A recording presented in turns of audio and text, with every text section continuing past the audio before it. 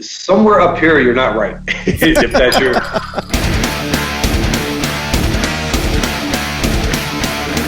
What's up, everybody? I am Johnny Christ, and this is Drinks with Johnny. Thank you guys for tuning in to another episode. I have another great motherfucking guest today. I am joined by former middleweight champion of the entire fucking world, Kelly the Ghost Pavlik. How the fuck you doing today, brother? I'm doing great, man. Glad to be here. Honored to be on. I appreciate it. Appreciate the opportunity, man. Dude, let's talk first about how long it's taken for us to actually have this chat, because I think it was at least 8 months ago that you and I started texting back and forth about coming on the show and having a chat. And yeah, well, there was a lot of things that went to it, because we were talking about certain fights that never got made, the world of boxing. So, we were supposed to talk about them, but they never came about. And so, yeah, man, but we're here now. So, and I'm excited that you're here now. And there are some exciting stuff in boxing. First, right off the bat, let's talk about how we first met, or actually rather how you met my other bandmates while I was fucking off somewhere, and when we were near your hometown of Youngstown, Ohio. Yeah, man. So it was crazy. I still kind of laugh about it this day, but it started off. I ended up getting a call. The guy that ran the Cavelli Center in Youngstown, so it's like a 7,000 seat arena. Mm-hmm. He called and he was like, "Hey, I just got a call from Buck Cherry's tour manager or something, and they're big boxing fans and they're coming in. They want to work out at your gym because they looked you up. I think Josh Todd." So I was like, "Oh man, that's cool as hell."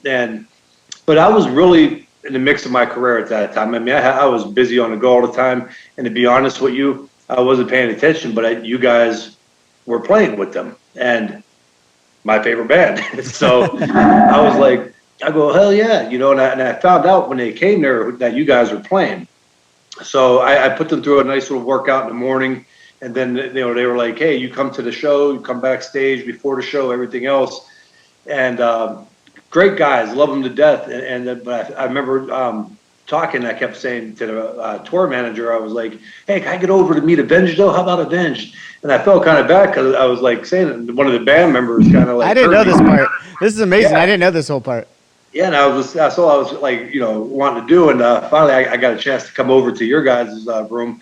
Yeah, you weren't there. I mean, I was going back through the pictures, and but it was Sinister and M Shadows, and I knew how everything went. I mean, they were busy, and you guys were all getting ready, so I just kind of went in real quick, said hey, and then we left and went back up to our suites, and then you guys called me out on stage, or Buck Cherry did. Buck Cherry had me out on stage, and to say hi to Youngstown.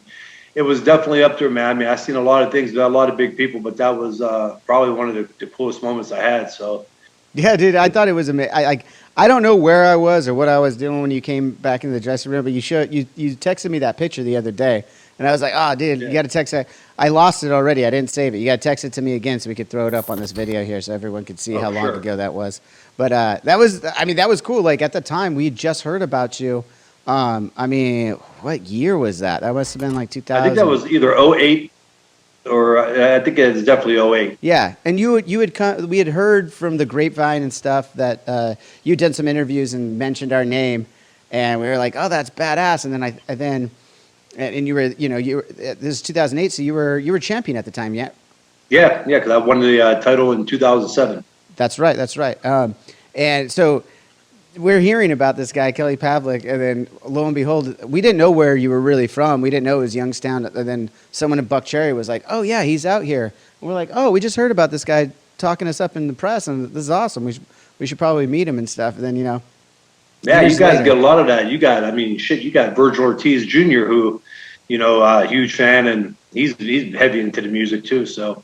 Yeah, he's a hell of a guitar player too, man. I mean, he's an amazing boxer. Young career that's already like freaking awesome. I love that.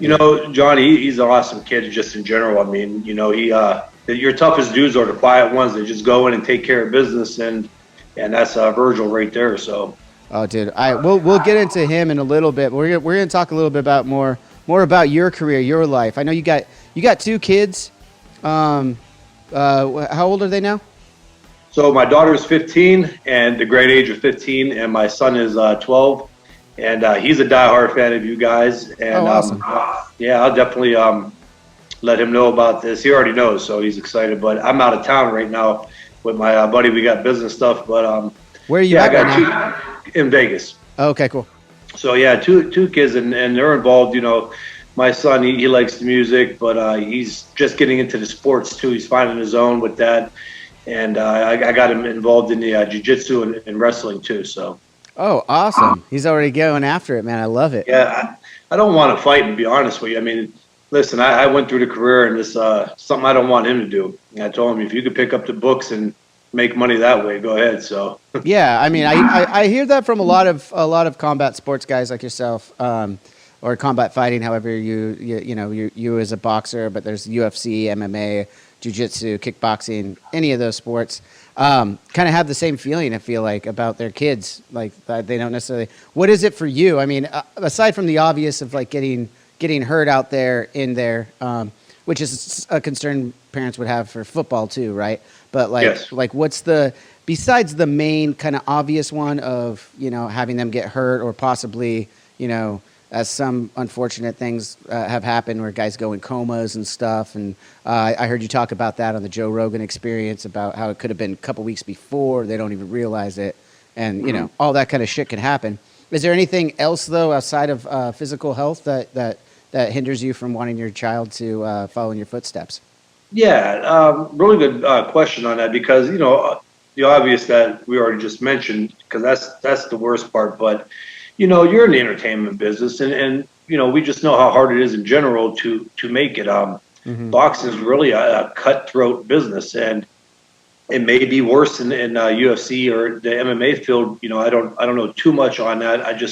I'm friends with a couple guys in the UFC, but I mean, I would imagine even in that, the politics and just a lot of other things that go on that's involved with combat sports. But boxing, I mean, first of all, you got a window this big, to make it out of hundreds of thousands throughout the country or the world that are boxing. And then with that being said, everything's just an angle or some way of trying to get into the rankings. Or, I was fortunate coming out of the amateurs where they, boxing kind of has scouts out there and they see me, and I was doing really good in the amateurs. And so I was able to sign with a promotional company. But even then, when you sign with a promotional company, I mean, I don't guarantee you anything. And, it don't take long for them to make you a journeyman or a bait, to throw out to the good fighters. So it's hard. And there's always, my career, actually, it was 5 or 6 years into my career before I really started making big time TV. I was fighting a lot on the Spanish channel and some of the smaller stations. So it's just hard, and it's not guaranteed to anybody. And somebody like my son, he could go out there in the amateurs and tear it up and then turn around as a pro and, not be worth shit in the pros, and it's just, I know it sounds horrible, people going, why would you say that with your son? But it's, I'm a realistic, and it's just a very hard sport to make it. And even if you do got the talent, sometimes, if things don't fall right into place like they're supposed to, you can miss that opportunity. Yeah, and could you talk a little bit about the sacrifices it takes to get there? Like not just the politics, like as you mentioned, or getting a look or anything like that, but in order to get those looks, in order to get those things, like what are some of the? I mean, I heard you started boxing when you were about 9 years old. That's a long time to be working on a craft. I mean, a lot of musicians like myself started around the same age, maybe 9, 12 years old, somewhere in that vicinity, and so I guess there's a kinship there. But I mean, as far as like sacrifices, what kind of sacrifices do you have to make? I mean, your childhood, your teenage years, your girlfriends, wives, whatever. There's a lot of things that I think a lot of people would want to hear about, like that time and that commitment you have to put in to even get a chance, a fraction of a chance to be seen. Absolutely. I was involved in sports. Boxing, they call it the poor man's sport, and it's true. With me, I had great parents. They really did everything possible to make sure we had. But money was really tight. You just didn't have it, and I knew at a young age that was kind of, boxing could be my way out. And that was one of the big things. But I also just fell in love with the sport itself.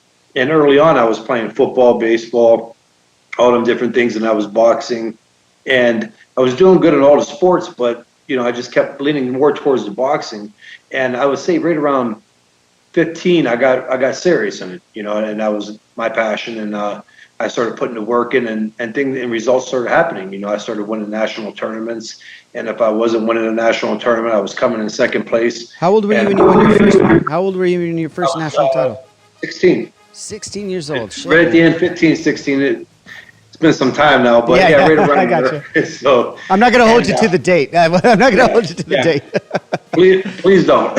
So, but and that's when I knew, like, the one thing I could say that was the smartest thing I did was say, hey, this is it. This is my future. And so even at that age, coming from a city and not having the money really wasn't the biggest part at that age, because you don't know finances at that point. You don't know financial security. No.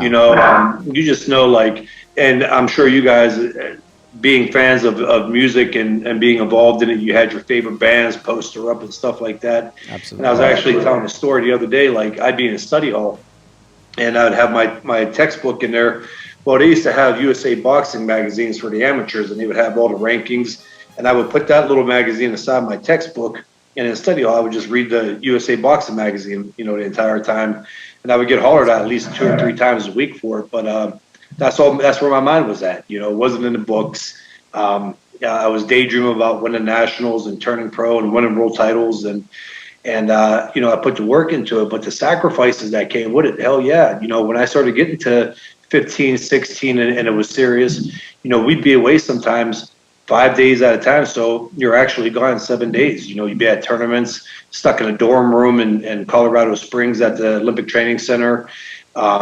Your friends are at home having fun, going out with their buddies, but you're stuck in a room training, starving yourself at a young age because you had to make weight every day. Yeah. And that went on. And then, of course, you turn pro. I turned pro at 18. I signed a contract. I was still in high school, and I was fortunate to make my pro debut on ESPN2. But, it was summertime. Kids had graduation parties. Kids were, the last couple of months of school, kids were going to prom and homecoming. I wasn't going to those. I was away at tournaments. And when I was home, I'll never forget, like, our prom, kids were coming after dinner or after prom to have dinner at the restaurant where I was busting tables, just so I could get enough money to have something to eat on the tournaments. Shit, man. That's gnarly. Yeah. Did you end up, how did did you end up graduating high school? I asked the question because I did not. And I wonder if when you're putting in that much time and effort at a young age, and as you said, you're putting the books on a side note, right? You're putting all that shit on a side note. How did you graduate? And if you did, how did you manage it? I graduated by the skin of my teeth. Yeah, I did. Some of the teachers at the school I went to, they were a little lenient and they understood. Of course, I was a protege coming out of their school, so they wanted to see me succeed. And so a handful of times, not much, a rarity, but they would send me with homework, or if I came back and just did what needed to be done where they could, pass me, that was a big thing. My parents still try to stay on me with the schoolwork, but it was hard. It really was. I mean, but I did it and I got through. And I think the biggest part was, the last 2 years of my school, I went to a vocational school. A lot of kids did that at trade school. Trade school. Yeah. And, that kind of helped too. I made it a little easier, but I took graphic arts, which if I wanted to ever go back to that now, thank God I don't have to, but I wouldn't know what to do. That was 20 years ago. So yeah. A lot's changed in graphic arts, I can tell you. Oh, yeah. I don't know that shit, man. All this stuff right now is going to have all this graphic art and stuff all around it when we put it up on YouTube. Thank God I've got a good friend who knows what the fuck he's doing. Yeah, the one thing I remember about my senior year in that class, so there was we had a rock group that they were actually pretty good at high school band, and, we go watch their concerts, but they used to go in the black room. No, I don't think that anybody has black rooms anymore, but they would go in there and, smoke up and have fun in there. And I remember they closed that down pretty quick. What do you mean? Wait, they? You keep saying they, and you were part of the teachers. The teachers did. Yeah. No, the teachers were blazing at your school? No, the kids, the rockers. Okay. In my class, yeah. They used that black room to go in and smoke. And how would you know that, Kelly? Kelly, how would you know that? You could smell that. I'm trying to find out if you partook, man. What did you partake in that room or what? I was a good boy. I did my bad part was chewing tobacco in school. Okay. I mean, I figured if I had enough going on, I didn't need to get in trouble or get suspended. I already missed enough school. Yeah. I mean, at least you were smart enough to do that, because, I mean, yeah, I wasn't. I was doing all that shit in high school. I would have been right there with those kids in the black room. So what? Look where you're at now. Still doing the same shit. It's successful as hell. So yeah. I got lucky as hell, man. We talked about that at the very beginning here. I mean, there's such a huge amount of luck that goes into being successful, like you yourself and I.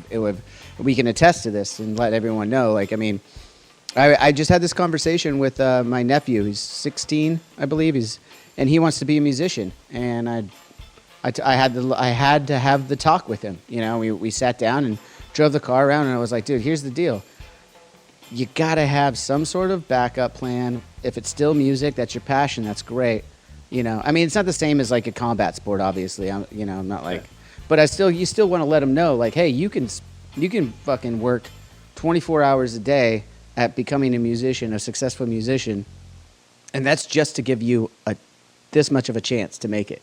And that all that preparation is just for you to be ready for the luck that might happen.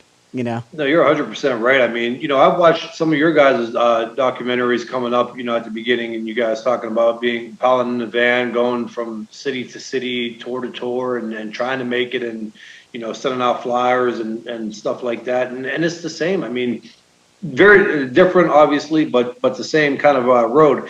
I mean, in boxing, there's a lot of guys who are not signed by a promoter that are sending video, film to promoters trying to get picked up, which would be like a record label. Yeah. There's just a lot that goes into it. And it is the percentage of people that could make it. It sucks because there's some talent out there that never gets seen. Absolutely. That makes it worse, So it's a small window, man, and people don't realize that. And sometimes you got to be brutally honest with them. And, they may have a little animosity like, well, you made it, but, it is. But a lot of that also, it's luck. A lot of it's hard work and commitment and resilience, just staying with it. Yeah, man. I watch Max Kellerman, who I'm sure you're familiar with, it being in HBO boxing and everything over the years.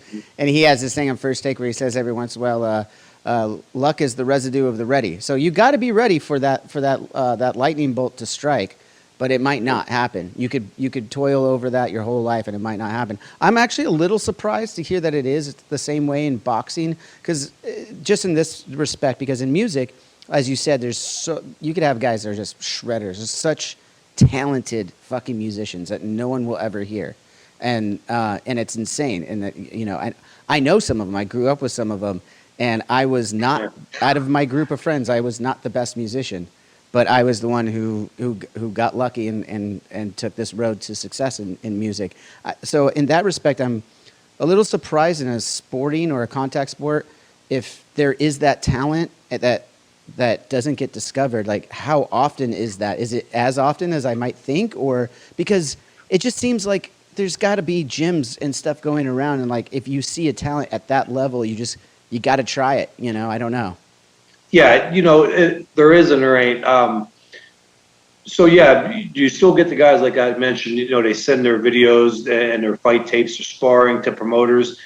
And I would say 97% of the time, a promoter will pick up a guy. If a guy has that much of a chance of becoming a world champion, a promoter will take him because, believe it or not, promoters lose their ass off, too, throughout the year in boxing. Okay. Trying to get their young contenders and prospects fights and getting them lined up.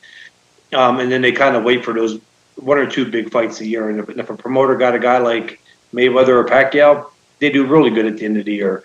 But it is hard. I mean, a promoter will take you, but again, some guys fly under the radar, and and some of them are good enough to probably win a world title, or if not win a world title, at least make some cash in the sport, because that's another thing. Like in boxing, you don't really start making money. You could even be a world champion. Don't guarantee you to be a millionaire, So you see some of the lighter weight classes, them guys really don't make a lot of money at all, and then as higher you get, if you're not a big draw and you're not putting asses in the seats, you're probably not going to get that, that big, huge payday. So yeah, and I mean, you could be to that point. Correct me if I'm wrong. You could be a guy that's not a world champion that's getting more money than the champion in your division because you're a bigger draw, right? Absolutely. You had guys like Mickey Ward who ended up fighting Gotti and then had those big fights with Gotti. And I could guarantee you after the third fight with Gotti, he could have fought anybody and people were going to pack into the arena to see him fight because of the type of fight that he puts on. He's just an action-packed, knock him down, and the more you knock him down, the madder he gets. So it's crazy. And well, another thing I wanted to talk about. Let's just get into the fucking boxing. What's going on today? Now we've touched a little bit about your growing up in the boxing world, and we'll get back to some of that. But I think it's a perfect time. You said we were talking about guys in undercards and stuff, and we mentioned a little bit of the UFC, and we were texting back and forth about UFC 264 that just happened 2 weeks ago now. One of the guys, and I bring this up because it was fucking awesome. The green-headed dude, Chris Montano, I'm butchering his name, I'm sure. It's green mohawk dude. I will buy every card that guy is on because his tenacity of just walking forward and taking the beating from what's his Moses? No, I forgot. I've seen the highlights of that fight, and I've seen him fight before. Dude, kid's awesome. He took the fight in 11 days' notice and just was like, I'm just gonna walk forward, and he kept talking shit too. It was amazing. Yeah. So and just combat alone. I mean, somewhere up here you're not right. If that's your, and I hate to say it. I mean, it was my career too, but some of us, you ask us to jump out of an airplane or go zip lining, we may say, no, you're crazy, but it's all weird. It's a different adrenaline rush. And so, but then there's some times where you see certain guys fight and you go, what the fuck is he thinking? Dude, and he was taking that guy's shots. One of them. Dude, he was taking shots to the face, the dome, full-on kicks, everything. And taking 11 days notice. Not knowing that you're not fully prepared for this guy that you're going in front of. You ain't have much time to watch film on him or see what he does wrong, right? And you just to go into that at that magnitude is ballsy. I mean, there's something. He's wild. I want to see him in every single fight now. I just want to see. I was rooting for him though. At the beginning, I was like, "Oh, this guy's way out of his league." I didn't know the backstory. I hadn't heard anything, so I was just like, "This guy clearly is out of his league. This is going to be a quick fight." And it just kept going round after round, and each time I found myself like I was watching Rocky III or Rocky IV, and it was like he ain't getting tired, he's getting mad, and I'm just waiting for that moment where he finally finds this one opening because it's just amazing shit, right? I think it's just human nature that you want to see something crazy. I love watching combat sports like boxing and UFC for the technical aspect of it too. I'm still a novice. I don't pretend to really know all the ins and outs of what's going on. But I know enough to kind of get the technical side of it, so I really enjoy that as well. But I'd be lying if I said I really care about the spectacle. I'm all about the spectacle. No, absolutely. I mean, listen, you got diehard baseball fans that go to every baseball game, but believe me, they like seeing 3 or 4 home runs knocked out in a game. Right. And so that's just a part of human nature, the barbaric. Even if you're not a fighter, you just like seeing that, you know what I mean? And so it is a part, and I have to do that sometimes on our podcast. You have people that go, well, all he does is run, and he don't want to fight. And we say, well, the name of the sport's not knockout, it's boxing, the sweet science. So people are going to have their styles. But, yeah, sometimes, and I'll be the first to tell you, I got to watch some of these fights. I haven't recently. We took a little break on the podcast. But when we were covering fights, man, it was torture though sometimes because you would get some boring fights. Being a fighter, I respect the technical part of it, the technicality, but I'm waiting for a knockout or I'm going, well, you just knock them out already so we can move on to the next one.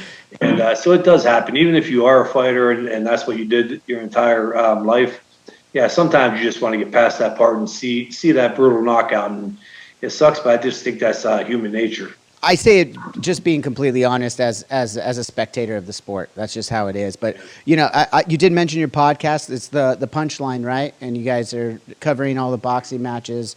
of today and stuff, and that's awesome. We'll get back to that in a second. But on this note, real quick, I just want to ask, to your memory, like what's one of those spectacle fights that you remember, like maybe as a young kid, or like what's the fight that you were just like, holy shit, that spectacle, that was just amazing, like the energy, whatever it was. What was that fight for you?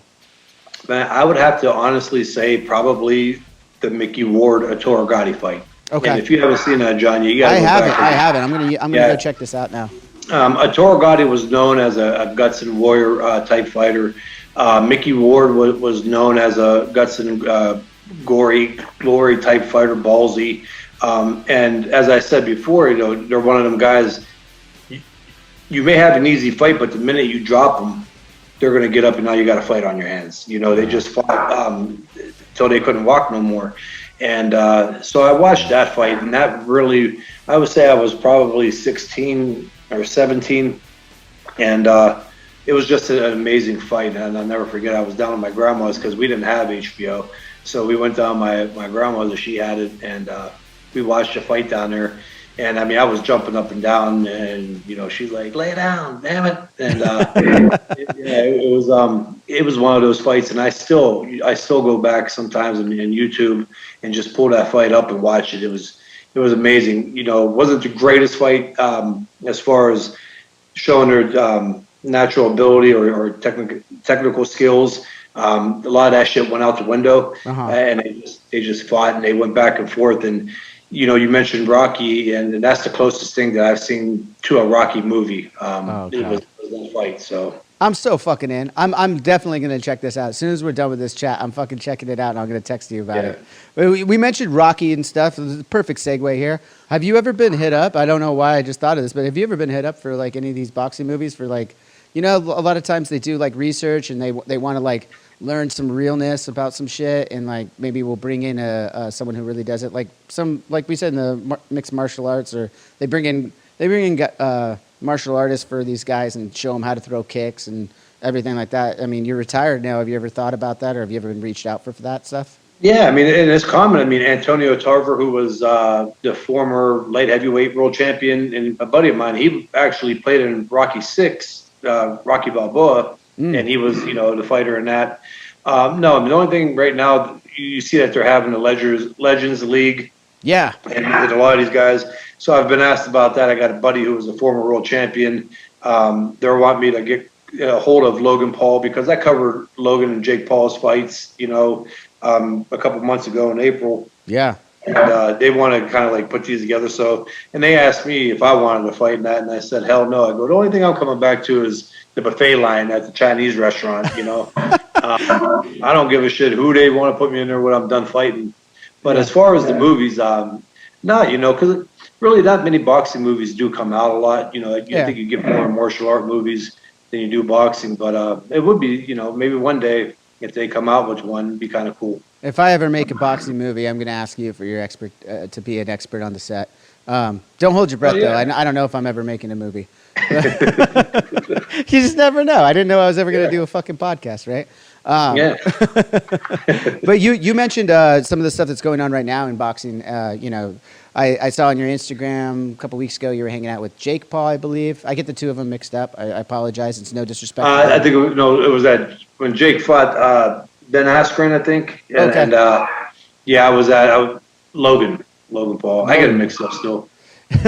I apologize. No disrespect to the guys. I mean, I'm curious just to see how you feel about it. I mean, we'll get to the Legends thing in a second, because I watched that Tyson and Roy Jones Jr. fight. We'll talk about that. But there's mixed feelings about them. I'm hearing. I'll go ahead and talk about how I feel about it first.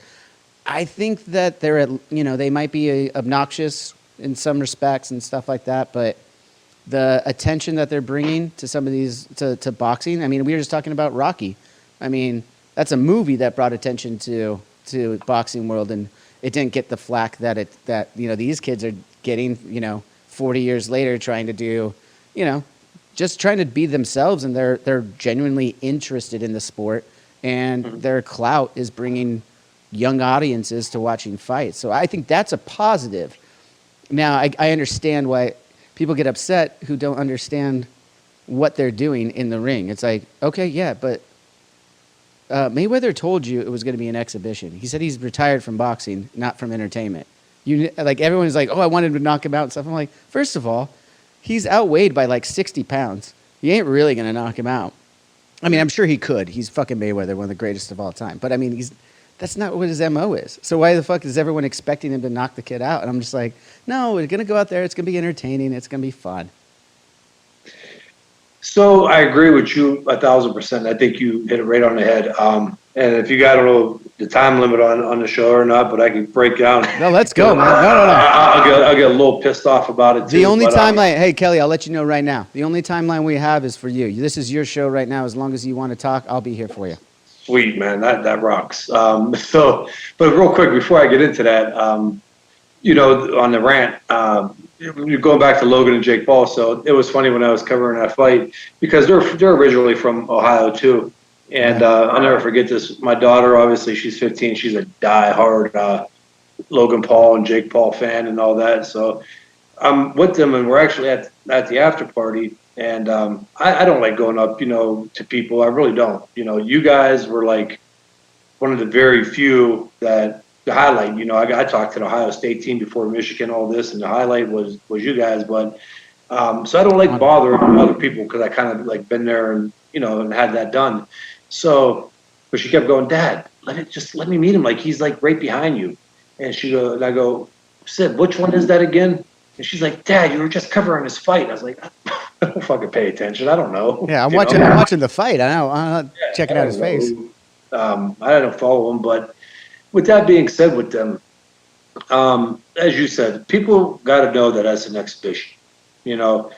A lot of these diehard boxing fans get pissed, and I just don't understand it. And then sometimes I hear them say, well, they shouldn't be making that amount of money. Well, why shouldn't they?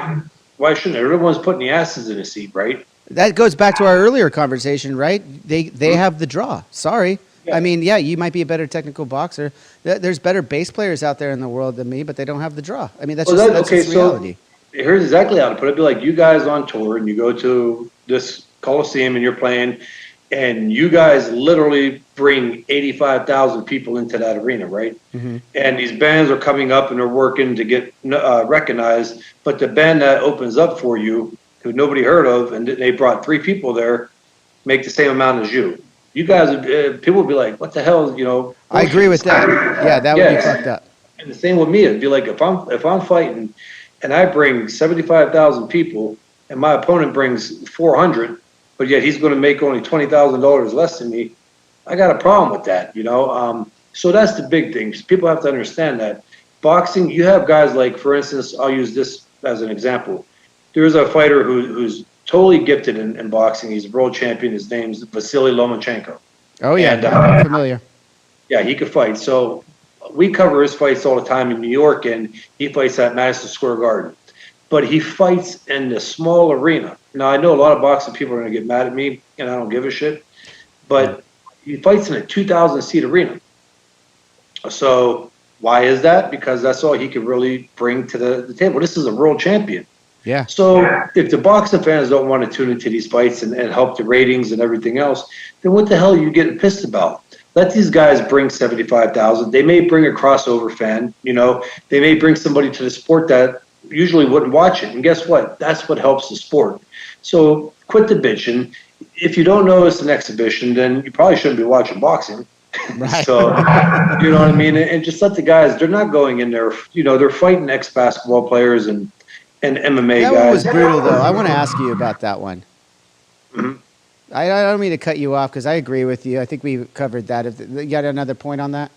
Yeah, well, the one where he knocked the guy out, what was his name, Robinson or something? Nate Robinson. But before we get into that, I just want to make sure you got what you wanted to say out about oh yeah, no, I got it. Yeah. I don't mean to interrupt, but we're just having no, that's fine. It would have been me just bitching about the same thing a little bit more, but so.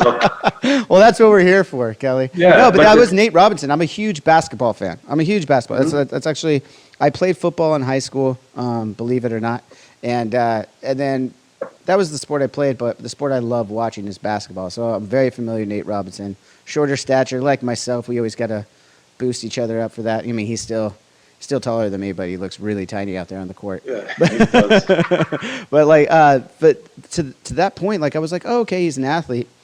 man, you could just see. I felt bad for him because I was like, who did he hire to train him to do that? That was like that's not even fighting knowledge. That was like I didn't know what the hell his trainer told him to do, or if he just didn't listen to it, or what the hell happened. What do you think about that? Because he just came forward and just got his ass knocked out. Yeah, that's a good question, actually, man. Because Jake Paul, from my knowledge and what I've heard, Jake Paul and Logan Paul, I mean, they've been in the boxing game for a little while. A few years, according to them. I've seen them on First Take and stuff. It's been a few years they've been training. Exactly. So, I mean, experience-wise, that don't mean nothing in boxing. They're far from experienced, but right. They've been in the gym. Nate Robinson has been on a basketball court. So, was the fight still kind of fair? I've seen worse. I've seen worse with sanctioned fighters. I've seen worse matchups than that with two guys that box. Really? But, yeah, I mean, it's crazy. But it was brutal. I mean, I don't know. Well, maybe that's the lesson, you put that saying, you play stupid games, you win stupid prizes. So maybe Robinson realized that, and it could have been a lot worse if it was somebody else. And that's the one thing that I don't worry about, but that may happen in boxing. My idea is this, is that Jake Paul and Logan Paul, they could fight a little bit. I would call them novice boxers, and they're just hell of businessmen making money. Yeah, I think they're going to eventually, they'll get a little too their ego is going to get a little too big, or get a little too cocky, and they are going to run into somebody who that's their living is boxing, and it could be Nate Robinson in reverse. So that's a couple of things that could happen. But the Nate Robinson, hopefully these state commissions don't allow these fights and don't pass some of them unless they're a little more equal. Yeah, I mean, it wasn't. I agree with the equal part of it and everything you just said, but I meant more like. From your boxing mind, like, what do you think they were? I mean, he had trained a little bit before it, so what do you think? Who was in his corner, and what would you have told him differently, knowing that he doesn't really have much of a chance? So, like, what do you do? What would you do with a fighter like that? He's taken the fight already. So, great point. We have a lot of things. There's a thing that they call high school tournament KO drugs that they hold on in the Youngstown area, and these kids go in and they go and just fight. It's almost like a tough man competition, but for high school kids. And they go to the boxing gym and they want to spar and fight some of these guys that know. The only thing you can teach them guys is just to punch down the middle, because it's faster and it gets there faster than a looping punches. That was kind of the same thing. I really can't blame the trainer with the Robinson fight. I mean, he got a basketball player with a very short amount of time. Mm-hmm. I mean, even a year and a half is a short amount of time. Absolutely. Because you can learn. It's like going and working on a baseball swing and swinging in the air. Your swing can look beautiful as hell, but as soon as you got a 90-mile-an-hour fastball coming in, that swing goes out the window. It's the famous quote from Tyson, everyone's got a plan until they get hit in the face. Absolutely. And so you could train on him as soon as he got hit, or as soon as somebody's throwing real punches at him and he's under the spotlights and got all the people in the arena, all that shit could go out the window. So it really is hard to train anybody. I mean, I could have worked with Robinson, and I don't know what I could have really done to help him in a fight like that. I would like to think that I would have at least told him, at least after the first couple times he did it, I would have told him, hey, stop bull charging him maybe. Like, you're just bull charging him in a boxing match. I don't think that works. No, and that could have been the trainer in training camp. And again, like we go back to the Tyson where you could have got hit, even the little punches. When you're in that ring, I was pro 12 years, and I would get hit by a jab sometimes, and I'd be like, oh shit, this guy could hit. So, yeah, but I'm experienced. I've fought in hundreds of rounds and against top level guys. Somebody like Robinson, he gets hit and he smells funny shit, or he sees a flash of white light. That asshole puckers a little bit and everything changes. I'm glad you said it like that. No, but that's true. I mean, I can only imagine that's true, actually. I'm not going to fucking sit here and say I've ever gotten in the ring or anything like that. It's wild. I enjoy boxing. Last 2 years, I started doing like kickboxing stuff, like just bags though. I don't spar. I don't want to mess with the merchandise, if you know what I mean here. So, but yeah, I do like a lot of bags, handbags and stuff, and just for a workout. But I love it, and I do work on my my technique a little bit. Not fighting technique, but throwing techniques and stuff like that. So, it's just funny because I hear a lot of people who don't do even that or anything like that, or aren't just Wayfair boxing guys, and they're like, they'd start talking about this guy and that guy and how and their styles and stuff, and it's just so funny to me because every time I'm just like, but you realize this guy over here has been training since he was 6, 7 years old probably, and I don't care how much of an athlete this guy is. He's been training for, like you said, like 3 years or something like that. There is a huge difference when you're talking about technique and throwing a punch and actually making it count, right? Mm-hmm. Yep. And inexperience plays a role in that. That goes back to, sparring. We'll use that, my son wants to learn boxing, and I tell him sometimes, like, listen, you could learn all the punches, but if, somebody hits you and you don't know how to react, right? That all could go out the window. But like what you were saying you were doing, and my son, I still have him do it because it's good to learn how to use your hands. Right. First of all, the workout's great. It's just you feel good, you feel great when you're done. I still do. I take my big ass every once in a while. I own a fitness gym outside of Youngstown, and I'll go in the back sometimes and just hit the bag just to get a nice sweat, and I feel a lot better than I do pushing up 300 pounds. It's just a better feeling.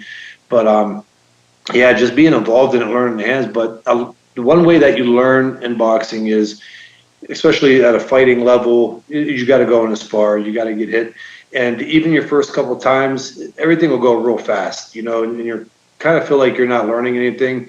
But the more you do it, the more everything starts to slow down, and then you start really seeing what's going on. You're able to read punches. And then after a couple of years of doing it, you become experienced. So experience is a big factor also in boxing.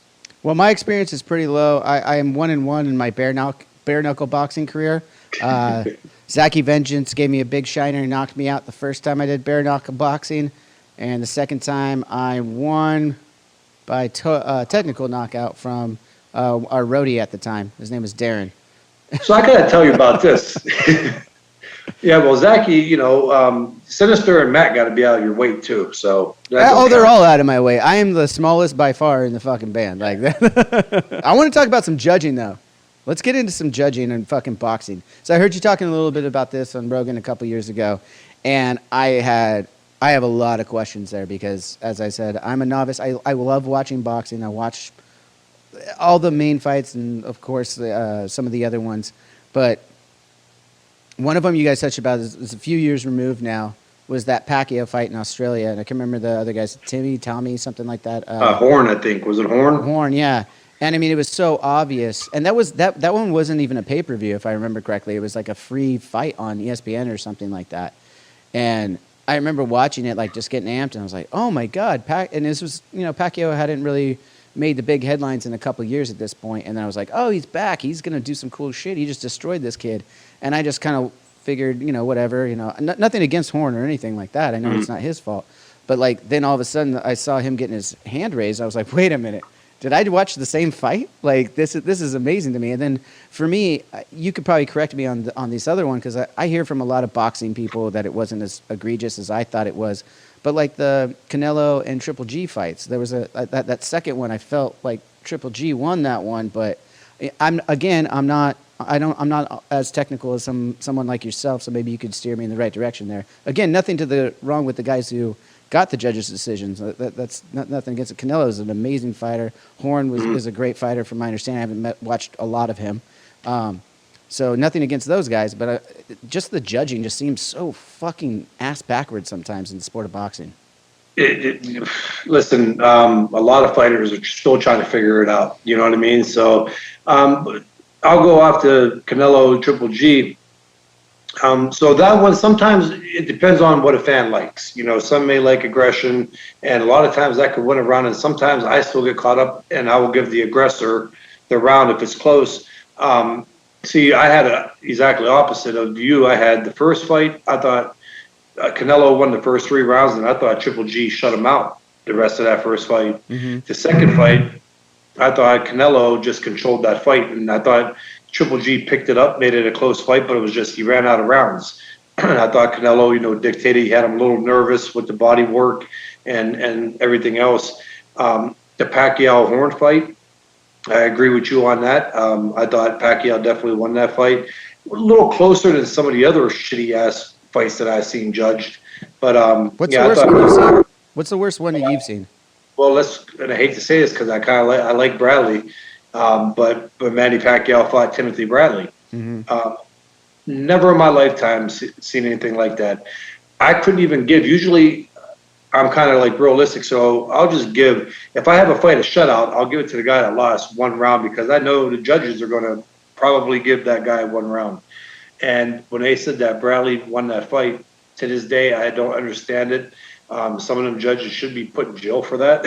So, I mean, it was that bad. And there was actually a fight Saturday night where a draw. You kind of see that maybe it wasn't that bad, but I had a guy winning the fight, Castano versus Charlo, but one judge gave it 117, 111 for Charlo. I just don't know, but and you see a lot of that happen, and so let's go back to that. It's the unfortunate in boxing, but the politics. Sometimes these promoters have these judges in their hand. They take care of them however they do it, whatever loophole they find, they take care of these judges, and it's just horrible. I mean, some of these guys, they come up and they fight like you always hear in a fight too. Like if a prospect is fighting a champion, they say you got to beat the champion if you're going to get the decision. In other words, you got to win convincingly. Yeah. Don't let it go to the judges, right?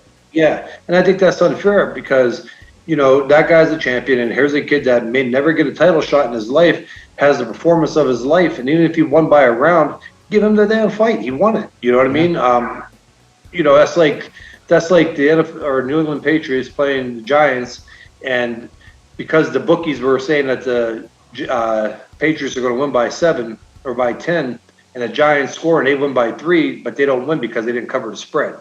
We've never seen that before, right? Whoever at the end of the game has the higher points, they're going to win the game. And that's the same in boxing. If this contender works his ass off and may never have another title shot, give him his credit. But yeah, it's really bad. I mean, I've heard over the years people talking about maybe having some of the fighters do the judging. I think that would be fair because there's no real bias. There's no reason for a fighter to pick one guy over the other. If they're capable, mentally able to judge a fight, but well, they got to take it. They got to take a written exam or something like that. Yeah, right. But so no, you're right. You're not the only person. I mean, it has, and I think when people talk about something hurting boxing, I don't think it's the Paul brothers hurting boxing. No, I think it's the judges. You don't see it like that in UFC or Bellator or any of those MMA fights. Just in boxing, you see it, and that's what could run some fans away that are not diehards. That may turn them away from boxing because some fights are so obvious that even the casual fan could watch it and be like, "What the hell?" They still have bias. And it's what, and I couldn't agree with you more because I'm one of those guys when I'm watching it, I still buy the next pay-per-view, but like on the big card and something like that happens, I'm like, fuck this, I'm not buying the next one. This is bullshit. And then it comes around and I get all hyped up again. I still buy it. You still buy it. I've done that. But at the time, at that time when I see something that seems so egregious to me, I'm just like, fuck that. Why am I giving my money to see that? Yep. So I think you're right. I think that is hurting. I think you brought up an idea there too. I mean, and you're hearing things. How realistic is a reform on the judging though in boxing? How realistic do you think it could be? I don't know. There's so many avenues for revenue, I guess to say, or for people to get paid, and it's so hard. I mean, it really is. It's so hard to really stop it. I think the only way would be to bring in maybe fighters, ex-fighters, as judges and things like that. Because one way or another, you're going to have somebody's working with somebody. So you got sanctioning bodies, and I'm probably going to piss somebody off up high, but I've mentioned this before, even on the podcast. Mm-hmm. So you have the sanctioning bodies like WBA, WBC, IBF. Yes, wait. Before you go any further on that, can you explain all that shit to me? Like more layman's. I think you're about to explain it, but like a little bit more layman. Like, why is there so many different titles out there for each division, and what do they all mean? Because even a guy who, like I just said, will buy a lot of the big cars, a lot of the big fights, and everything like that. And I've watched boxing my whole life. I still don't understand like which one means more or less than the other, or why there's so many. And then obviously I understand what unified world champion means, but when they have all of them, but it's like, why is there so many? Why isn't there just one? Well, the unified is still kind of hard because I have an argument with me. So I was the lineal middleweight champion, which is like you're the top dog, and I had 3 of the world titles. Well, 2 of the world titles, but I'll get into it. I'll explain the other one, why I say 3. But so when I beat Jermaine Taylor beat Bernard Hopkins, okay, twice. And Bernard was the undisputed, so Jermaine Taylor became the undisputed middleweight champion. But somewhere along the lines, in this fucked up way of however they do it, Jermaine vacated 2 belts or got stripped of them because he didn't want to pay the sanctioning fees on the belts, because, which I'll get into, you got to pay sanctioning fees on these titles that you have. Okay. So when I beat Jermaine Taylor, I got the WBC, WBO, and the ring title belt, and I became lineal champion.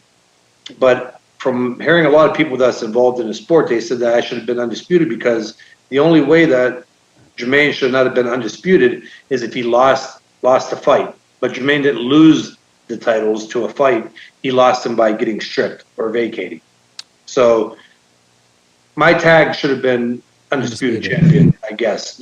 But maybe I'm wrong on that, or these boxing degenerates are wrong. But so in boxing, you have really 4 world title belts, and they're all pretty much around the same. Some are a little more prestigious than others because they've been around longer. But if you get the WBO, WBC, IBF, or WBA, you're a champion. You're a world champion. Okay. And then you have the other one that's not considered a world belt, but only a world champion gets it. It's called the ring belt. And it's actually the belt that you see in Rocky. Okay. Rocky. That like blue, white, and yellow one. It's kind of got like the pleat to it in a way, and then like just the circular guy in the middle.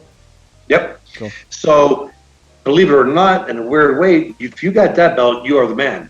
Like, you are the top dog in that weight class, and the main champion.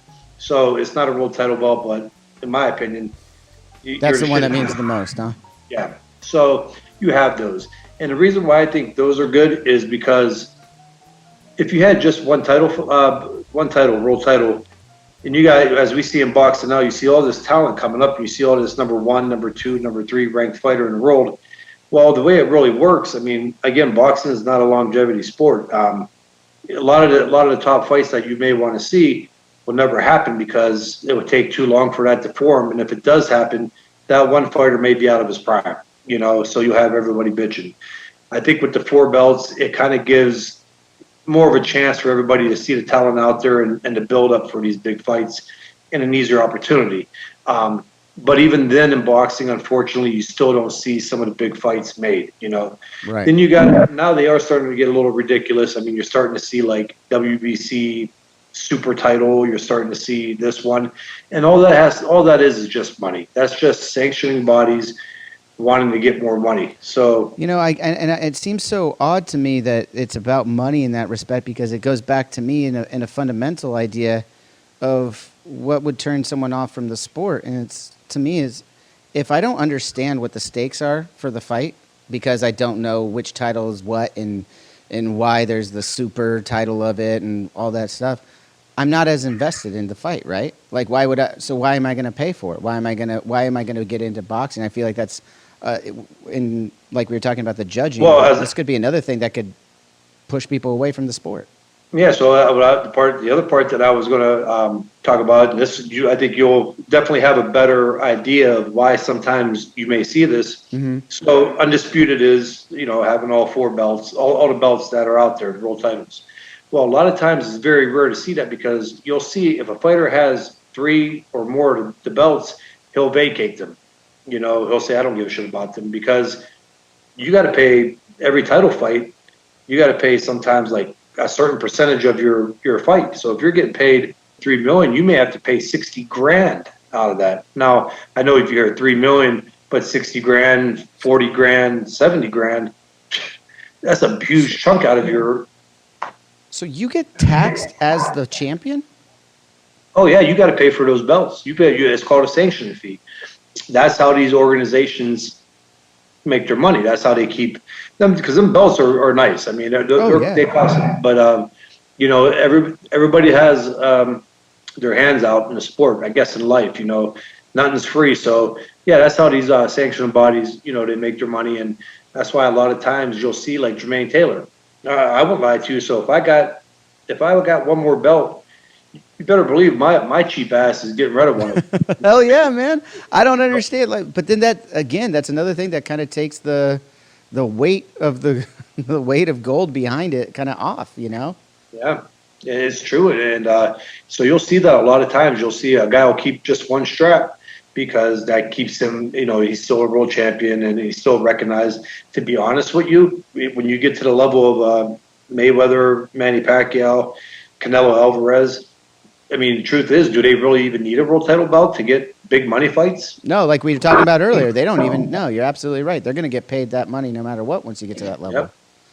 What level would you say you were at your peak? Like being the world title. What were your draws? How would you gauge? How would you, I don't know, categorize your draw? So I was a ballsy, gutsy fighter. Starting off early in my career, I was the boxer puncher. You know, I had the knockouts. I threw a lot of punches per round, so that brought a lot of excitement. You know, I had a big following because of that. You know, I beat Jermaine Taylor, who beat Bernard Hopkins, who right. Bernard was going for the record at the time for the most title, or had the record for most title defenses.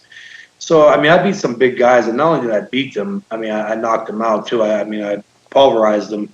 I fought a guy right before Jermaine Taylor, Edison Miranda, and he was from Colombia. A monster. Had a shitload of knockouts, and that's going back to sometimes when you're in a fight, he had the type power. Like even the punches that he didn't throw hard, when they hit you, I mean, you carried the punches. Was that the fight? Was that the fighter that I think it was like the first or second round? He really got you going, and then you came back and ended up winning, knocking him out. But like there was like there was one of those. It was Taylor or Miranda. Yeah, that was Taylor. That was the first Taylor fight. So the Miranda fight was the one right before. And nobody was giving me a chance in hell to win. I mean, I'll never forget, I was at the press conference, and it was a huge press conference at BB King's in New York and HBO and everything else.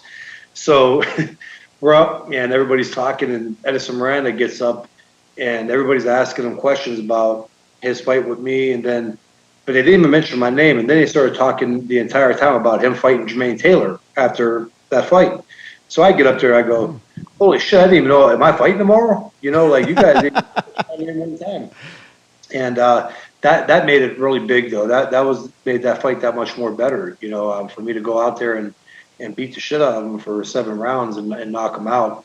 But Edison Miranda at the time when I fought him, he was the boogeyman in that weight class. And, you know, so I would say I had a huge run, and I knocked a lot of people out that never should have been knocked out.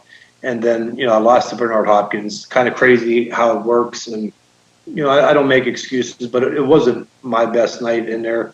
And when I lost to Sergio Martinez for the title, you know, the big issue was making weight for that fight. At that point, I was pro. I was in the middleweight division 11 years. So I was 30 years old, still trying to make 160. You know, as we age, it's just hard to go 4 years in boxing to stay at one weight as you keep getting older. But dude, I'm still trying to get. I'm not a professional fighter. I'm just trying to get back to my normal weight since before I had a kid. Yeah. Before my wife had a kid, and COVID, man, I'm sitting here with like a good solid 25 pounds underneath this shirt. Fuck yeah, you go home, you got kids, and you're at home. I mean, that's what you do. You eat, you know, you eat with the fam. You do this, you do that. Especially, you know, I'm on the go all the time, so I try to make as much time as possible. I'm sure you do. Like, yeah. So when you're at home, you're eating what your kids eating, and then whatever else is available. So. But it's hard because, you know, as you get older, and you know this, I mean, like you just said, you know, it's hard. You can't lose the weight like you once were able to. No, before you just don't eat for a weekend and party all night, and you lose the weight. Like, hell yeah, it kept you skinny. So, but it was hard in there. So, you know, those are the 2 losses. But with my career, I have no regrets. I mean, maybe the 2 losses, I would have done something different, but at the same time, I could have took a lot of shit from the media and some of the fans if I would have done it, as far as maybe postponing the fight, or like with the Sergio Martinez, if I would have came in 2 pounds over the weight, they would have fined me and they would have stripped me of the belts. But what would I have cared? It was my last fight at middleweight. You know, I wouldn't be fighting that weight class no more. But it's still, like, I'm content. You know, I walked 40-2. I beat some great fighters. So my career, I mean, I would say Hall of Fame fighter, that's not up for me to judge. Although I am getting inducted into the Atlantic City Hall of Fame. Oh, congratulations, man. That's awesome. Yeah, and that's huge, because that's a big one. I'm getting inducted actually in with Roy Jones and Felix Trinidad and guys like that. But, you know, so I'm content with that alone. You know, my thing was I accomplished. I won a world title, and I'm content with that. So, you know, if people want to put me in the Hall of Fame, if they do, if they don't, I'm not going to get down on it. You know what I mean? To me, it was a hell of an accomplishment. I don't get to judge on this, but I think you should be a Hall of Famer. I mean, that's an incredible record. I mean, and I watched some of your fights, and dude, you're great. And another funny one, you know, another funny ass one, and I was actually telling my buddy a little while ago, and you could probably vouch for this, knowing how hard it was in that little window you had to make it. And the same with me, like if somebody goes, if you had to do it over again, would you? My real answer would probably be hell no, because I don't know if I'm guaranteed to become a world champion again, because the odds are that slim. You know what I mean? And yeah, I don't know. I mean, I take it while you have it. You know, when you say it that way, I always say, yeah, I'd do it in a heartbeat. I'd do it all over again. You know, like, I mean, that's like the knee-jerk reaction. In a different, I guess. But no, but like, if you're saying, like, would you go back and do the same thing with the same not stakes? Knowing if you got signed. Exactly, with not knowing if it was going to happen or not. And I guess that's a tough fucking question, man. I don't really know. It's a great question. Another thing that we don't know about is who's going to win between Vergil Ortiz Jr. and I'm going to butcher the shit out of this guy's name. I just read it today. I had to write it down over here. Egidijus Cavalius, because, yep, just totally butchered it. He's fighting on. You butchered it for me. This is August 14th. I'm familiar with Vergil Ortiz, friend of the show. Love that dude. He's so much fun. Such a good kid. Such a great fighter. So I'm familiar with him. Obviously, not familiar with the other guy, but I'm excited for the fight. What can you tell me what you know about these two fighters and your predictions for this that's coming up on August 14th in Texas? So it is a fight. I think the kid's name is Aegis or something like that. It is a fight. The kid could fight. The guy could fight. He's experienced. He can hit hard. He's in great shape. But the thing is, Vergil Ortiz Jr. is just a man on a mission. Yeah. He goes in. We've seen him. I mean, he got power in both hands. But not only that, he can box. That's the scary part. Right. You know, sometimes you just get that big, heavy puncher coming in. Or obviously, they're fast enough to still hit you. But you know, Vergil could mix it up. He's a boxer, brutal puncher. He's got underrated defense. A lot of people don't talk about it. They don't say he has bad defense, but Vergil makes you miss too, and he puts you in a position where he could make good counters. He can make you pay for punches that you miss. I got Vergil in this fight. You know, I'd probably by a knockout. I would say mid to maybe the 8th round, between 5 and 8. I see Vergil stopping him and, you know, just beating the guy up. Maybe not a clean knockout, but an accumulation of punishment. Vergil's just on a mission right now. I mean, 17 knockouts, man. You're claiming it right here. It's going to be number 18. Yeah. 18-0, dude, all by knockout. That kid. Yeah, he's a big welterweight. He's in a loaded weight class. Don't get me wrong. I mean, that's probably one of the top weight classes right now. Right. But I know he wants to fight Errol Spence. We talked about it when he was on the show over a year ago. You know, I know he's looking at some other. He's actually looking at some other divisions or some weight classes rather too. I think. I mean, he's. Yeah. I mean. Well, he's big. He's big for 147. Yeah. No. Yeah. He totally is. So, I mean, I watched his last fight up here, right where I'm doing this podcast from. I was rooting him on. I mean, he's. You know, we never got to do this with you, but I mean, he's mentioned that he wants to have Avenged, or at least me, come out as one of his posse to one of his fights here in LA. We were actually going to do it before COVID happened. He was going to be right here at the Forum, and I was like, I'll see whoever else wants to do it, but I'm in. And like we were ready to do it. He was hooking me up with press passes. We were gonna go do that. I was gonna get experience that for the. That would be badass because they have that now. You know, it wasn't big when I was fighting. Yeah, and now they have the pyrotechnics. They have the stage is kind of set up for that. Yeah, and that would be sweet. You know, when I had to pick my music to come out to, it was a little different because until you got on HBO and Showtime, when you fought on ESPN, you only had a certain amount of time to come out, and you only had a certain amount of time to like get the crowd going. And I was also like superstitious too on it. It was kind of weird, like my little routine. So I came out to Korn Here to Stay because it had just enough at the very beginning to get the fans up on their feet. And then usually because they shut your music off, I mean, you only had about, like I said, on ESPN or Fox at that time, 15, 20 years ago, you had literally about 2.5 minutes, if that, to come out to the fight and get everybody riled up. So, you had to pick something that got everybody moving. And, that was early on too. I was still just finding you guys, but Korn. But for Vergil, dude, that would be badass. I mean, because they have it set up and you guys can actually just let loose and play some of the riffs.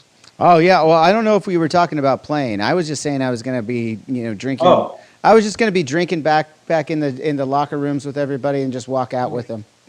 Even better. And then the after parties are fun. Yeah. Because we used to have fun after the after party. I mean, sometimes I couldn't even open my jaw to get a sip down, but made it work. So I know we were talking. I don't think you really drink anymore. Were you ever a drinker? Because I know Virgil's like, I'm not touching the stuff, and he's like, at least until I'm retired, because he just doesn't feel right about drinking while he's on his mission, as we talked about. Yeah, here and there. Now, but yeah, I did when I was fighting. You get caught up and I've Buck Cherry concerts. I was on stage with Foo Fighters in Cleveland, and you kind of get you get caught up in that whole shit. And I did. I had fun. I mean, and you know what? I don't give a shit. I don't regret it. I did sacrifice a lot throughout my career. So in between fights, man, I lived. You know what I mean? It was just something I did, and it was fun. But now as you get older, I ran, as I mentioned before, athletes a little different. When athletes kind of get a reputation or if they get in trouble, people, they come down on them pretty hard. So and it's just the truth. And for me, it was just a little small incidents. What was it? That were happening, and it was media shit like that. So I had to pull my head out of my ass and kind of just go to the straight route, and and then I started doing that, and that's when I started getting into all the other business ventures and and opening gyms, and actually in the process now of opening a boxing gym, and training fighters and stuff like that too. So awesome. Yeah. Well, that's great. I mean, what I saw your gym, was it is that My Gym? Yeah, My Gym. And then are you going to keep that name for this training gym, or are you going to do a different name? So I was sitting at dinner with my son, and he brought up something funny. He was like, "You should call your other gym My Other Gym," because so My Gym and My Other Gym. I like it. Yeah. So if you think about when people go to gyms, a lot of times people are uncomfortable going to a new gym. So when I opened it up, I was trying to make it for not an ego thing like it's my gym. I was making it like that comfortable feeling for the member. Average Joe's. Average Joe's. There you go. Yeah. So we go, where are you going? I'm going to my gym, And so if you ask somebody, hey, where are you going? You going to my gym? No, I'm going to my other gym. Yeah. So I just got kind of like that little thing to it. But yeah, so I had that going. It's cool. It runs itself pretty much. It's a 24-hour gym. A lot of members, but the boxing is obviously, the main love. So. That's awesome, man. So cool. Let's continue talking about today's boxing, if you don't mind. I want to get some of your takes on what's going on. Tyson Tyson Fury and Wilder are going to be fighting October 9th now. It just got just the last couple of days. It had been postponed due to some COVID protocols or some shit. And now they're saying it's going to happen October 9th. This is the trilogy between the two. I saw the other two fights. The second one I thought was a no-brainer. I mean, Fury he just dominated that fight in my opinion. Yeah. And I'm interested in seeing what you think Wilder's chances are of redeeming himself after that second fight performance. You know what, Johnny? I didn't want to see the third fight. I really haven't. You know, I mean, when they mentioned Joshua and Fury, I was kind of excited about that. I agree. Yeah, I was think that pumped fight up. needs to happen. I do too, and especially now going back on it, you know, especially for boxing, because the heavyweights are when the heavyweight division is popping, that's when boxing kind of starts taking off at its biggest, right? Absolutely. So, as far as picking a winner in this third fight, it's always hard because Wilder could hit. You know, Wilder's could end a fight at any time, and anytime you got two professional fighters that are over 200-some pounds hitting each other, you never know what could happen, you know. So it's a hard fight to pick. I mean, if I had to really bet on it, I would probably go with Fury again, just because I think he's just a better boxer, and I think after the last fight, we don't know where Wilder's at confidence-wise. You know, if that took a lot out of him. So, but it's still an interesting fight. I think for as many diehard boxing fans that are like me saying we're kind of over it, they're going to tune into it. So you got to see that fight. And to be honest, before this trilogy even really started, I wasn't. I didn't know much about Tyson Fury because all I heard was before he got sober and got back into boxing after a crazy lifestyle that he has luckily shed. I hadn't seen a lot of his fights, to be honest, and then I started watching him when this whole trilogy was really unfolding. And man, the man can box. Like he is especially at going back to that size at heavyweight. I don't personally see a lot of technical boxers like that in that weight class, man. Well, no, not especially like you said. 6'9", 250 pounds, and that's the crazy thing about just in general sports. Athletes, it's an evolving thing. They're just bigger, faster, stronger. I know a lot of people disagree with me because they're just stuck in their era. But, you see it every day. Like kids are just, even the young athletes, like kids, they're just bigger, faster, stronger. And you're starting to see it now in boxing. I mean, I think your average guy you got Wilder, who's 6'7", Joshua, who's 6'6", Fury, who's 6'9". And wait, so that everyone knows, how tall was Tyson when he was running the world as a heavyweight? They listed him at 5'10", but I don't even think Tyson was 5'10". I took a picture with him. I'm barely 6'2", and Tyson was up to my shoulders. So I mean, just to your point right there. I mean, he was the most feared man in boxing for a long fucking time. When you go back to the old days, Joe Frazier was, they had him listed 5'10". Joe Frazier was no 5'10". Right. He was 5'9". Your tallest guy at that time was probably Foreman, 6'4". And he was a beast. And you could see it though out there. I mean, he was a beast. A lot of guys my age or novice my age would be like, "Oh, you mean the Foreman grill guy who came out and won the heavyweight title at 50 years old and everything?" I was like, "Yeah, but before he was that nice, sweet dude, he was a monster. He was just the meanest. Not the prettiest fighter to watch. Just straight mean when you go back and watch those fights. But you got guys today, that can box, and they won't get the credit. And if I ever put out there that Tyson Fury or Wilder would beat Joe Frazier, people would be like, "Oh, you're crazy." But just picture it, 5'10" and 6'7". You know what I mean? And these guys, they could actually move today. I mean, Wilder.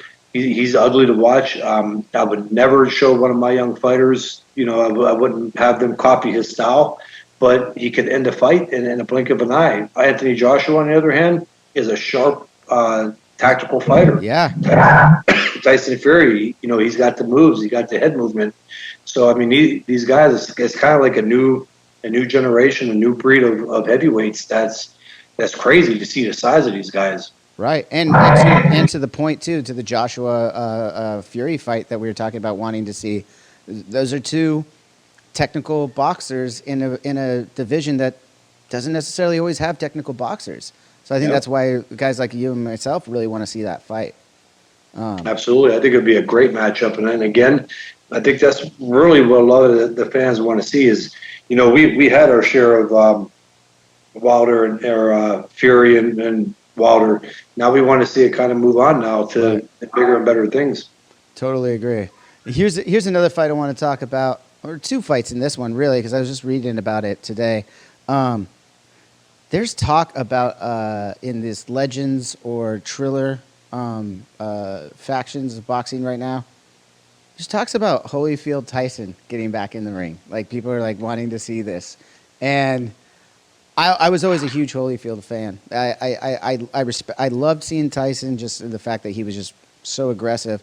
But as a boxing fan, when I was a kid in the 90s, Holyfield was my dude. That was the dude that I was like, I'm watching all of his fights. I think he's such a great boxer. And I loved watching him, basically. But, I mean, after watching, and no disrespect, I paid the money. I paid the money to see Tyson and Roy Jones Jr. I was still entertained by it. I'm not one of the people who watched it, again, going back to, oh, it wasn't a real boxing match. I'm like, yeah, I knew that going into it. When I paid for it, I knew it wasn't going to be headhunting and crazy shit happening. I wasn't expecting to see that. These are men of a certain age who have retired and been away from boxing for a long time. It's going to be impressive if they can go one fucking round. And they were in great shape for their age, man. I was like, this is insane. This is really cool for them. I don't know. I just went on off a tangent there, but I was just bringing it back to, like, would you want to see that fight, like that exhibition? Obviously, I won't even call it a fight. We all know it'd be an exhibition. But would you want to see that? I guess no and yes. Kind of like the Tyson Jones. You know, it was funny. I told my co-host with the podcast that I do with him, I was like, no, I'm not going to buy it. And then we were like, yeah, but watch. Like the day of the fight, we're going to be like, hey, I'm getting pizza. Come over and watch it. You know, and that was it too. You know, I got it, and it was a must see. And that's kind of like what we were talking about a little bit ago. One of the guys called me, and they're trying to put on a fight. They're trying to match up with some of the former world champions that have been retired for a while. And they were asking me if I would fight a older light heavyweight champion named Glenn Johnson. And I was like, I'm not doing it. It's not going to happen. You know, I think that we got lucky with the Tyson Roy Jones because it was entertaining. You know, they kept themselves in great shape for the age that they were. They didn't come out. It wasn't awful. I mean, it wasn't great white hype. It was not great white hype. Yeah, that's what I read about that. Yeah. So, you know, it was pretty good, and I could see it was like a little teaser, you know, like, oh, you know, if all these, but I could guarantee you that not all of them fights, if they do this league, not all of them fights are going to end up looking like, you know, Roy Jones, Mike Tyson. And that's the sad part. I mean, you got some of these guys that, unfortunately, neurologically, their motor reflex is off a little bit, and it's just something that I wouldn't want to see. I mean, they showed Riddick Bowe, you know, getting ready and talking to the camera that he's going to come back, and every time I see that, I'm like, I'm so glad I retired when I did, you know, and that's the part. I mean, again, these fighters, a lot of them, that's their life. I mean, that's all they kind of know, and you know this just as much as this is the same thing. Like, you get that adrenaline rush from performing in front of people. You know, right. It is a great feeling when you're out there playing or fighting. You know, and I won't lie, a part of me, yeah, that's the only thing like that I ever think about is performing in front of all them people. You know what I mean?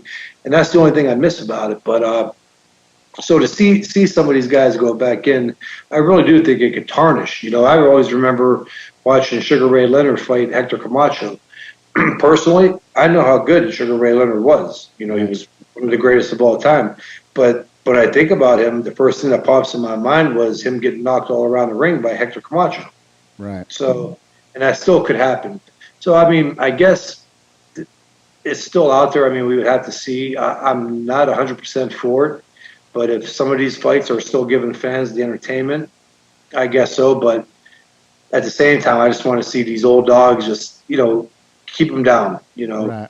Keep gloves hung up and let your legacy, you know, remain.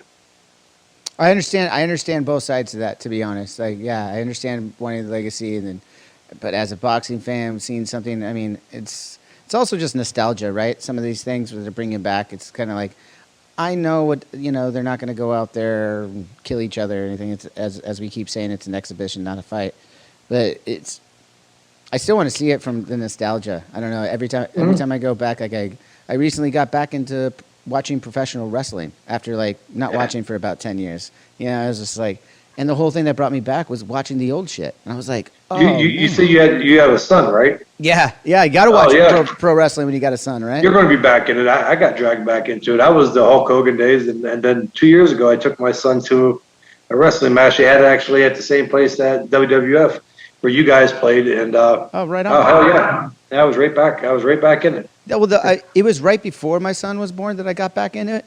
But I mean, yeah, and it was, I got friends in the industry and stuff. And Chris Jericho, Fozzy, and obviously of Chris Jericho, Jesus Christ. Yeah. Good friend, metalhead guy. Great. Yeah, he seems awesome. He's such a great dude. Well, I'll get you guys connected sometime. He's a great dude.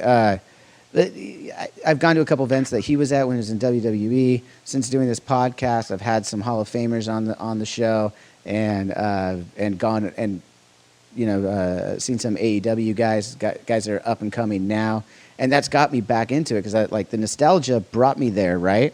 And then I was like, oh, cool. I remember why I used to love this so much. And then it's like, and they're doing new stuff now. So I kind of feel like maybe that's something that can happen in the fight game too. It could, and it could, and that's like why I say it brings me back to it. A former fighter, world champion, and that's why I say part of me is kind of like, just keep them hung up, man. Don't. But I think the other part of me is saying, like you're saying, it's show business, it's entertainment. We know it's an exhibition. We know they're not going to fight. Well, hopefully they're not going to fight Deontay Wilder. I don't want to see that. I don't want to see them fight guys of today. I guess let it. I guess the only thing you could do is let it play itself out and see. And if anything like Tyson and Roy Jones, then I think it'd be cool. Yeah, I agree with you.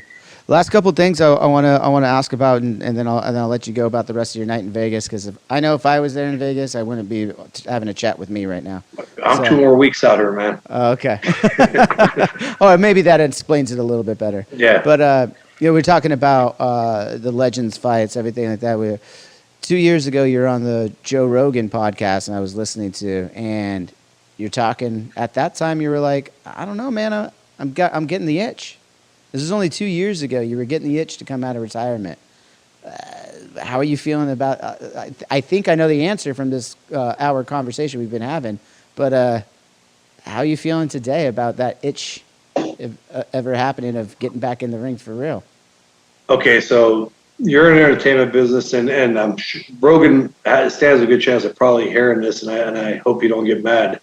So when I went out there for the show, this is when he was in California. Right. I actually have a good buddy who is in the entertainment business. He actually worked under, I don't know if mentioning names is a good idea, but he worked under Frank DeLeo. Frank DeLeo was big with Sony Records and had Michael Jackson and all them. And this kid, Mark LaMica, had Rihanna and all these different people, and he's real big in the music industry. And so I met with him, and we went to the one place, the comedy club or whatnot. And, and I'm friends with Hinchcliffe, who's originally from Youngstown. Yeah, but I had him on the show too. He's been on the show too. I love that dude. He got in a little bit of heat a few weeks ago. We don't need to get into that, but I've always had good experiences with him. Yeah. So Tony's a Youngstown guy. He actually graduated from high school in Youngstown, my hometown, and rival school or same school? No, he was at a good school. He was at a Catholic school, so parochial.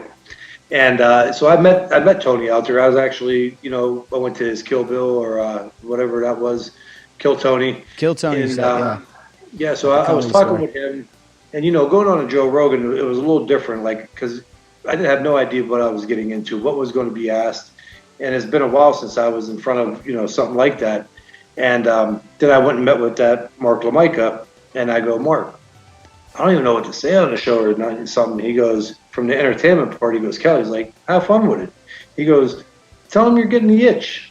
And I was like, dude, I go, he's going to know that I'm trying to use his platform to, bulk up my podcast or whatever I'm going to say it for. He goes, just see where you're at. See, like, if you get a big buzz, if you got a buzz going around the boxing world. So you go on a show, when you do Rogan's show, you walk in, he was like, "Hey, you want some beer, weed, this, that, blah, blah, blah, deer meat?" I love him already. I love him already. Yeah.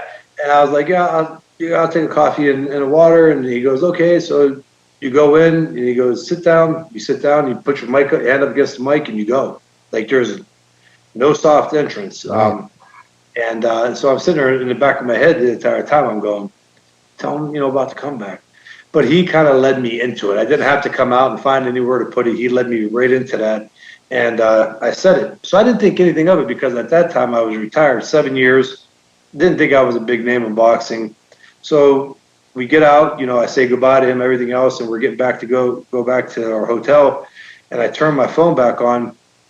John, my phone was just blowing up. I had USA Today. I had ESPN. I had people from the local paper in Youngstown calling me, "You making a comeback?" And I was like, no. So at the time, it wasn't a full lie. I mean, I did have the itch, and I think it was, again, missing that, the adrenaline pump from the fans and everything else. But no, it was just more of a see if I could stir up the boxing world a little bit. I love it. I love that you did it. I love that it worked on me. I was listening to that podcast. I was like, oh shit, that'd be really cool to see. You mentioned the pop though from the audience. You still get a pretty big pop from those exhibition fights, man.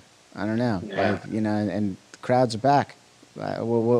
Exhibition fight maybe. I mean, if people keep banging at the door or keep asking, who knows? You know what I mean? But I think you didn't get enough time to show that awesome back tattoo you have. So I think the world needs to see it in the ring. I call it my champ stamp. Champ stamp. I love it. Yeah. Can you tell everyone what I'm talking about? Well, I'll let you talk about it in your own words, and we'll get off the air here. But Kelly's got a pretty good tattoo on his back. Why don't you tell everyone about it? So I believe it's off your Nightmare album. It's with all you guys sitting there it looks like a bar to skeletons, and it's a badass tattoo. And this was in my having fun days, the wild days. So I was like, I gotta fucking have that tattoo. And I got it in the same color. And actually, I believe the color ink that they put in, when you're under a black light, it glows. So I got it down on my lower back, and that's why I started calling it the champ stamp. And it's pretty cool. So it was, I think, off your guys' Nightmare album. Yeah, it's the back. It's the back of our Nightmare album is drawing of us around a table, kind of like like a dinner table, kind of Last Supper kind of style table. This is obviously after the Rev had passed, and it was a way. So above it, I put, because it was the skeletons too, and everything else, and you guys are sitting there, I just put Last Call. You know what I mean? So it was kind of like. I love that because that is something that that our fans know. That album was right when the Rev had passed. And Last Call. I love that Last Call's on there. To me, it says something about the Rev. And I might mean something to you differently, and that's the great thing about tattoo and art in general. But to me, when I hear Last Call, that it actually makes sense to me in a different way. So I love that. And I understand. And believe me, I was there for, well, not there, but as all your fans, everybody. I mean, it was such a devastating moment, and being a fan and I'm around the same age as you guys, and it was just crazy. So I think that's with all the albums you guys put out, again, as one of the biggest fans that I know of, it sucked, man, and I don't know. Yeah, man. Well, yeah, thank you for that. And cheers to that. Cheers to the old boy. Cheers to everyone at home watching. I really appreciate you guys. Everyone, you could go find more Kelly Pavlik. Your actual Instagram handle is pavlik.kelly. But again, everybody at this point knows, if you literally just type in the name Kelly Pavlik anywhere, it'll pop up. Go find it. You get a lot of shit. You may get some that are not boxing. What's that? So you may get some that ain't boxing, but you get a lot of shit. You'll have fun with it. Go have fun with it.